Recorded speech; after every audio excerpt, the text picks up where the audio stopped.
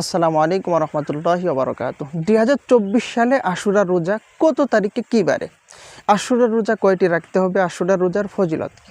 এটা কিন্তু আপনাদের জানাবো। তো আপনারা যদি ক্যালেন্ডারের দিকে লক্ষ্য করেন তাহলে এই যে জুলাই মাস চলছে না, এই জুলাই মাসের 17 তারিখ হলো 10ই মুহররম। 10ই মুহররমের দিন ঠিক রেখে হয় 10 তারিখ, 11 তারিখ, না হলে 9 তারিখ, 10 তারিখ আরবি মাসের, অর্থাৎ মুহররম মাসের 9 তারিখ অথবা 10 তারিখ অথবা 10 তারিখ অথবা 11 তারিখ। 10 তারিখ ঠিক রেখে হয় আগের দিন না হলে পরের দিন, মোট 2টা রোজা কিন্তু রাখতে হবে। তো সেই হিসাব করলে জুলাই মাসের 17 তারিখে হলো মুহররম মাসের 10 তারিখ। তো হয় আপনি 16 তারিখে, না হলে 16 তারিখ 17 তারিখ, না হলে 17 তারিখ 18 তারিখ, এই 2 দিন কিন্তু আপনার রোজা রাখতে হবে, হয় মঙ্গল বুধ না হলে বুধ বৃহস্পতি।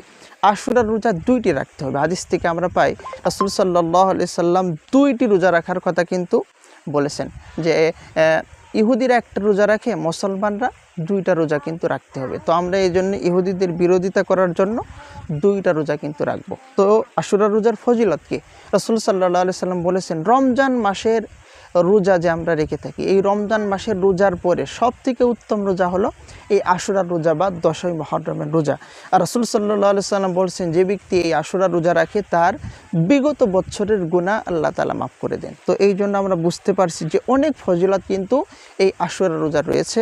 আল্লাহ তাআলা আমাদের সকলকেই এই কয়েকটি বিষয় জেনে বুঝে আমল করার তৌফিক দান করুক। আসসালামু আলাইকুম ওয়া রাহমাতুল্লাহ।